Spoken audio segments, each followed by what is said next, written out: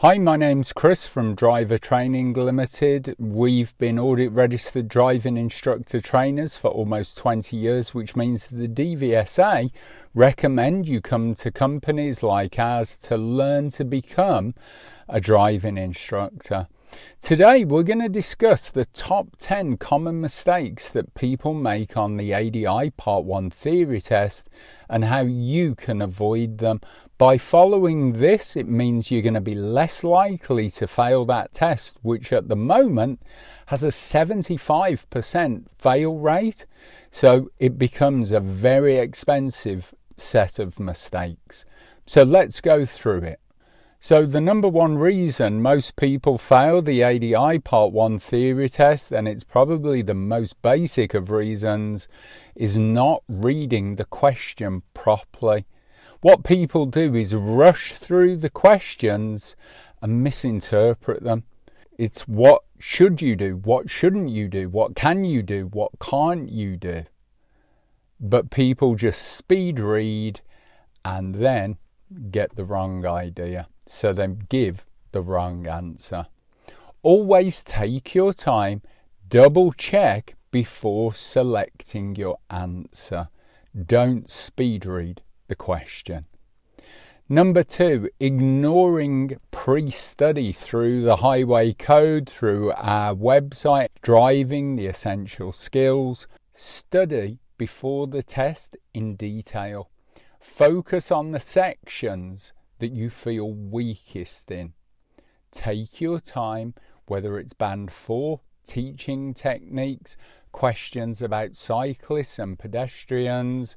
Just take your time, focus on the sections that you need strengthening. Don't keep taking mock tests.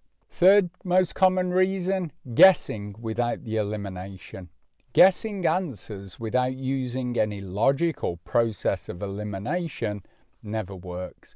If you're unsure of an answer, try and eliminate the obvious, the incorrect answers first. Narrow it down, and that will give you a better chance of picking the right answer. Fourth most common reason, not understanding road signs properly. Confusing similar road signs or not understanding their significance. So do you know the difference between no waiting and no stopping? What's the difference between a single yellow line and a double yellow line? What are the speed limits for a van and a lorry on a dual carriageway? What are the different types of pedestrian crossings? Go through them so that you get to know them and understand them. The fifth most common reason, not doing hazard perception practice. People focus too much on the multiple choice part and don't practice the hazard perception. Practice both equally. Get to know how they work, what's expected of you.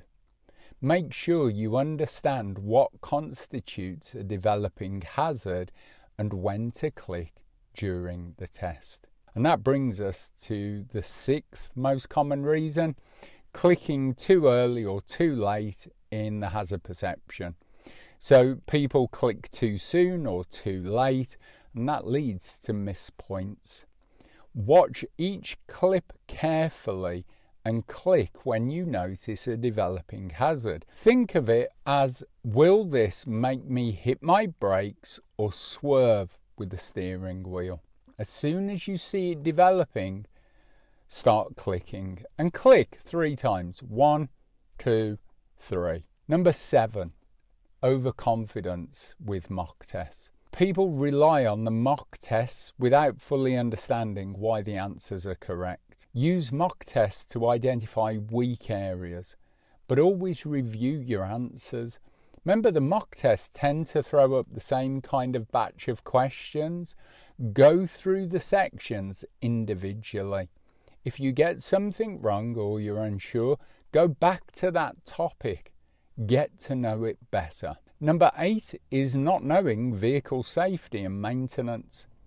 So skipping vehicle safety questions, assuming they're less important.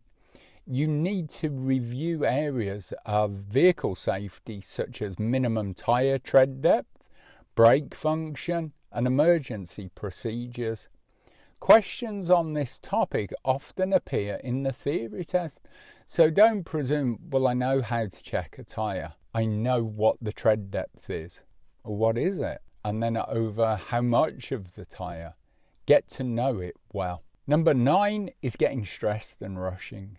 Panicking that you're under time pressure and rushing through the questions. How to avoid this?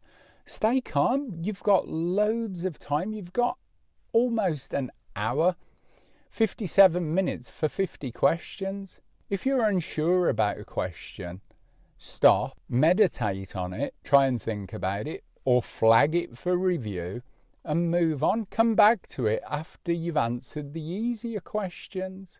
And number 10, skipping the practice questions, not doing enough practice tests, or failing to use the full range of study materials before the test. Practice regularly. Do mock tests, but more importantly, do individual sections. Get to know them because you're going to need them in part 3. Use the wide range of resources that's available. Use things like adionline.co.uk. Listen to us explain what the questions mean. And our bonus tip for not failing, review your mistakes. If you make a mistake on the practice test, but you don't review the questions, then what's the point? Always go back to the questions you got wrong. Understand why you got them wrong. Revisit that time and time again. Focus on that particular section to deepen your knowledge. You need this for part 2 to pass. You definitely need it for part 3. And if you build this foundation now, it will make the rest of your driving instructor journey so much easier and so much better.